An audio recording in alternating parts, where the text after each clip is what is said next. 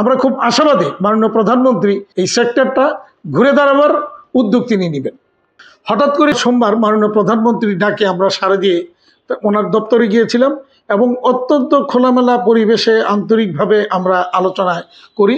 তিনি জানতে চান আমাদের এই বর্তমানে এই রপ্তানি খাতের সমস্যাগুলি কী কী এবং এর সমাধান কী, পলিসিগত সাপোর্টটা কি কি লাগবে, কোথায় সমস্যা, সেখানে কোন জায়গাটা সমাধান দরকার, সেই বিষয়গুলি জানতে চেয়েছেন এবং লিখিত দিতে বলেছেন এবং এর পিছনে লেগে থেকে এগুলিকে সমাধান করার জন্য বলেছেন। পাশাপাশি আমরা ওনাকে ধন্যবাদ জানিয়েছি এলডিসি গ্র্যাজুয়েশন যে পিছিয়ে দেওয়ার উদ্যোগ নিয়েছেন, তারপরে লেবার লর অ্যামেন্ডমেন্টগুলি করেছেন, সংশোধনীগুলি সংসদে পাশ হওয়ার আগে করেছেন, এই জন্য ধন্যবাদ দিয়েছি যে বন্ধ কারখানাগুলি চালু করার যে সাহসী উদ্যোগ নিয়েছেন সেই জন্য আমরা মাননীয় প্রধানমন্ত্রীকে ধন্যবাদ জানিয়েছি। উনি দেশে ফেরার পরপরই গত জানুয়ারির 4 তারিখে আমরা প্রথম ওনার সাথে দেখা করি এবং সেদিন আমি দুইটা বিষয় তুলে ধরেছিলাম। একটা হচ্ছে এলডিসি গ্র্যাজুয়েশন স্থগিত করার বিষয়, আরেকটা বলেছিলাম যে লেবার লর যে সমস্যাগুলি রয়েছে যেটা ওই সময় ক্যাবিনেটে পাশ করানো হয়েছিল সেই বিষয়গুলি তুলে ধরেছিলাম এবং দুইটাই তিনি বলেছিলেন যে এই ব্যাপারে উনি প্রধান উপদেষ্টাকে এই লেবার লটা স্থগিত রাখার জন্য বলেছেন সংসদে পাশ না হওয়া পর্যন্ত।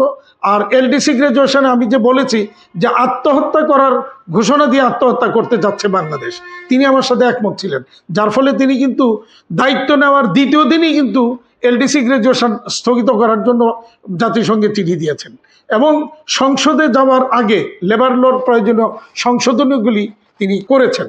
এই জন্য আমরা ওনাকে ধন্যবাদ জানিয়েছি। সেতু বিভাগের সাথে আমি কথা বলেছি, সড়ক পরিবহন মন্ত্রণালয়ের সাথে কথা বলেছি, এর আগে যিনি উপদেষ্টা ছিলেন, সচিব ছিলেন, কন্টিনিউয়াস ওনাদের সাথে এই বিসিকের সংলগ্ন পঞ্চবটি থেকে মুক্তারপুর পর্যন্ত যে ফ্লাইওভার হচ্ছে এবং এইটার হওয়ার কারণে কি সমস্যা হচ্ছে প্রতিনিয়ত আমরা ওনাদেরকে অবহিত করেছি এবং ওনারা বলছেন যত দ্রুত সম্ভব এগুলির কার্য সম্পাদন করবেন যাতে এলাকার জনগণ যে দুর্ভোগে আছে, শ্রমিক, বিশাল একটা শ্রমিক শ্রেণী যারা আমাদের এই ইন্ডাস্ট্রিগুলিতে কাজ করে তাদেরও যাতায়াতে বিশাল সমস্যা হচ্ছে। এই বিষয়গুলি আমি প্রতিনিয়তই অবহিত করছি মন্ত্রণালয়কে, মন্ত্রীকে, উপদেষ্টাকে। সোমবার মাননীয় প্রধানমন্ত্রীর ডাকে আমরা সাড়া দিয়ে ওনার দপ্তরে গিয়েছিলাম এবং অত্যন্ত খোলামেলা পরিবেশে আন্তরিকভাবে আমরা আলোচনা করি। তিনি জানতে চান আমাদের এই বর্তমানে এই রপ্তানি খাতের সমস্যাগুলি কী কী এবং এর সমাধান কী, পলিসিগত সাপোর্টটা কি কি লাগবে, কোথায় সমস্যা, সেখানে কোন জায়গাটা সমাধান দরকার, সেই বিষয়গুলি জানতে চেয়েছেন এবং লিখিত দিতে বলেছেন এবং এর পিছনে লেগে থেকে এগুলিকে সমাধান করার জন্য বলেছেন। পাশাপাশি আমরা ওনাকে ধন্যবাদ জানিয়েছি এলডিসি গ্র্যাজুয়েশন যে পিছিয়ে দেওয়ার উদ্যোগ নিয়েছেন।